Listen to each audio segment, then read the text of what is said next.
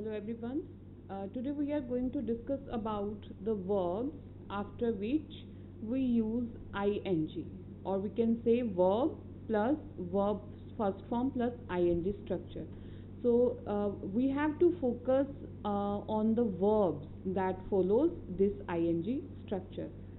So some verbs are followed by ing.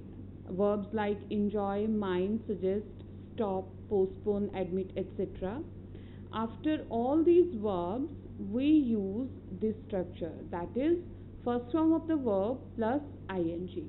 For example, I enjoy reading. Now look here in this example, if you notice that we have used the verb enjoy, and then enjoy is followed by a verb, that is read, and we have put ing with that. It means enjoy reading. This is the structure that we have to understand. Likewise, he suggested going to the cinema. Again, the verb used here is suggested, and I have used going. So again the same structure is followed there. The negative form of this structure is not ing. For example, when I am on holiday, I enjoy not having to get up early. Now I have used the negative structure here, not having to. We also use ing after phrasal verbs like give up, go on, put on, carry on, etc. For example, she wants to go on working. Now look here, go on and working, ing. So this is the basic thing that we have to understand here.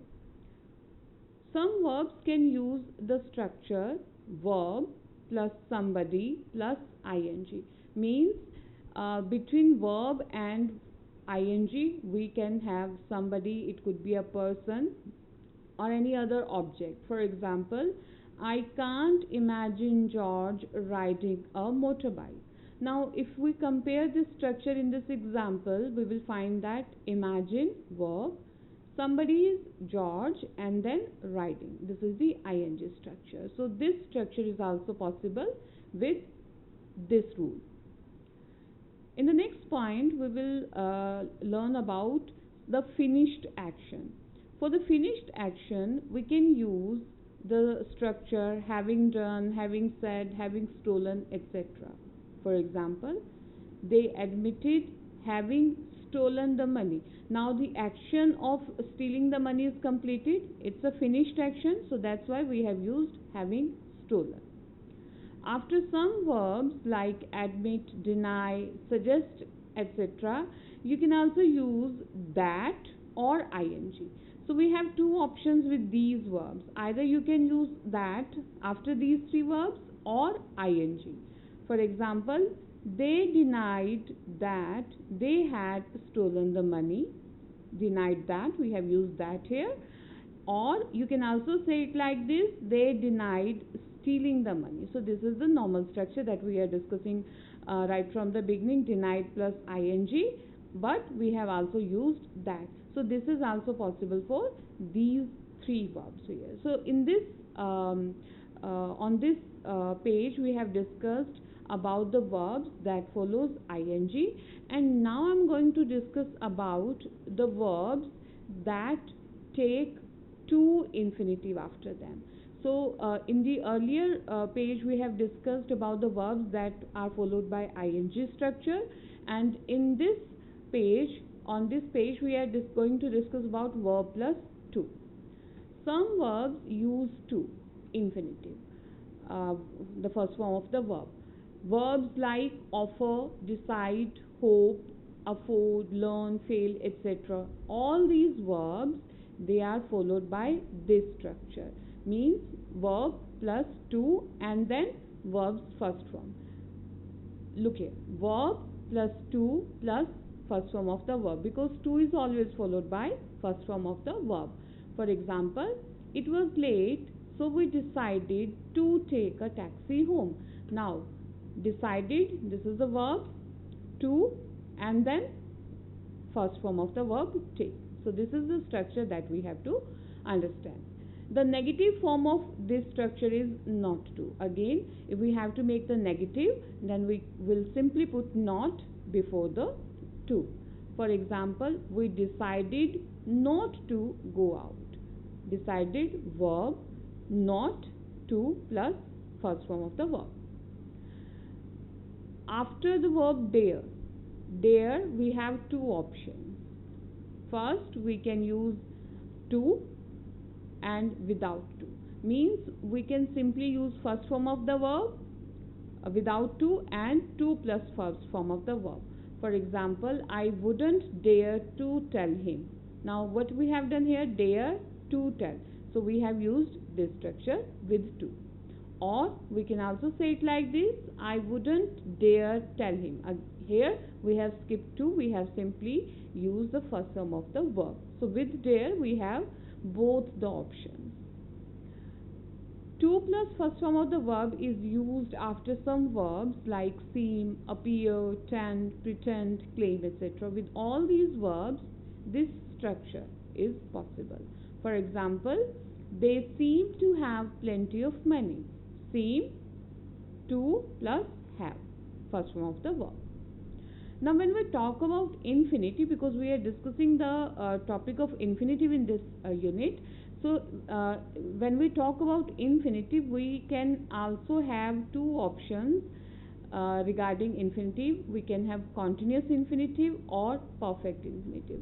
When we say continuous infinitive means to be plus ing, means we can use to, we have used first form of the verb be and then another verb do plus ing. So this forms continuous infinitive. And what about the perfect infinitive? Perfect infinitive will follow the structure to have done. Again what we have done, to plus first form of the verb have and then the third form, because have is a third form. For example, you seem to have lost weight. Again what we have do here, we have used seem to have lost. We have used the perfect infinitive here. And in the second example, he seems to be enjoying his new job. We have used the continuous infinitive over here, seem to be enjoying. So both these options, both these types of infinitives are also used in English grammar. Now we will talk about some verbs like ask, decided, know, learn, etc., which uses this structure. Now what is this structure? Verb, question word, to plus infinitive. What we have done simply here, if we compare these two boxes, if we compare these two structure, what is the difference over here? We have simply used verb plus to plus verb, first form of the verb, and here we have added question verb between verb and to. So this structure is also possible.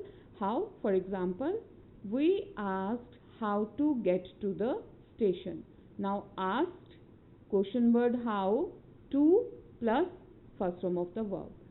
Likewise, do you understand what to do? Again, verb understand, question word what, to plus first form of the verb.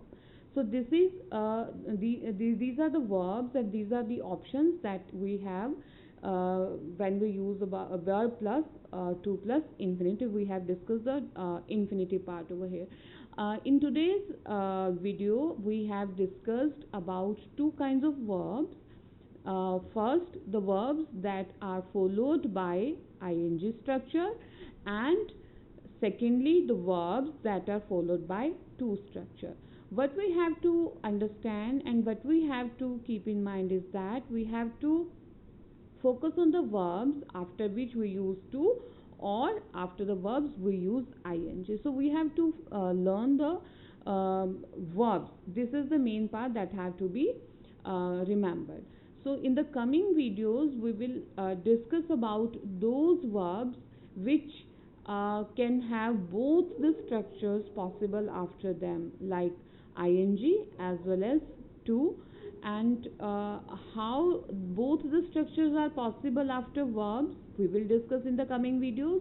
And also does it make any difference to the meaning of the verb, yes or no, right? So these are the different questions that we will try to answer in the coming videos. I hope today's video will be helpful to you in understanding the deep knowledge about the verbs. Thank you so much.